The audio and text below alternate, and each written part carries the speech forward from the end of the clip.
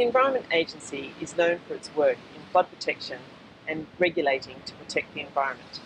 As part of its responsibilities for flood protection, we are a Category 1 responder. That means we're responsible for warning and informing the community.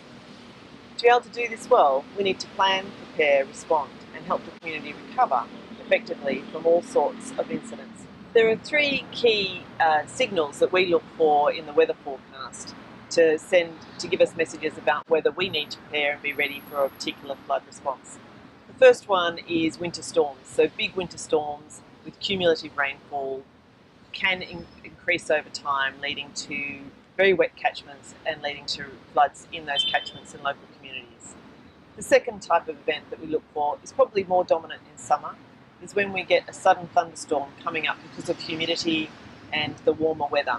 Those thunderstorms, if rain falls in the wrong place, can lead to flash flooding either in larger cities like Birmingham or London, or in rapid response catchments.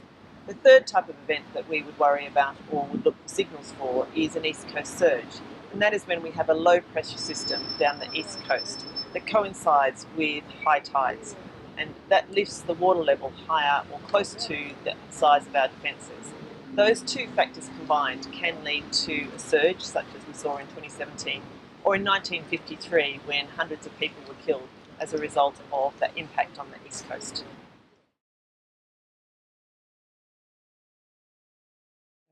So the flood guidance statement is something that we produce every day, sometimes multiple times a day when there's heightened risk in the Flood Forecasting Centre.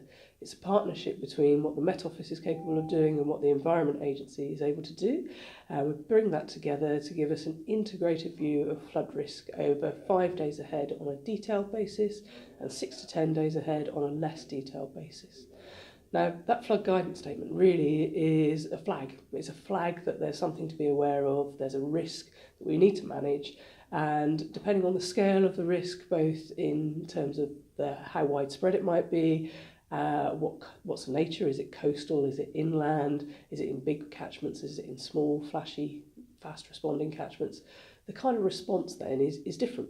So if it's big and large and covers a number of geographical areas, we might be escalating up into government to get government to stand up.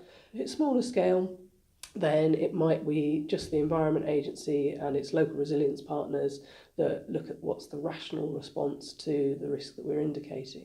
So it's all judgment, all about what's the right thing to do in preparation and how do we use the lead time that a flood guidance statement gives, because that lead time is really, really important. It helps you to prepare, helps you to respond better, helps you to work in partnership better.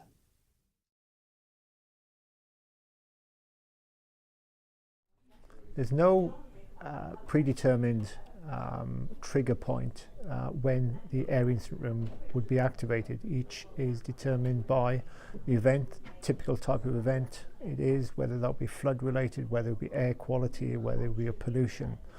But clearly the decision to open up the incident room would be a joint decision taken by the area-based controller and the area duty manager. The lead-in time varies hugely across the country. For example, in the Somerset floods in 13-14, the lead-in time there was weeks, if not months, before we got to a critical period where severe flood warnings were issued. In some other parts of the world, like Cumbria, or even in the fast-reacting watercourses in West Somerset, the lead-in time could well be 10 minutes.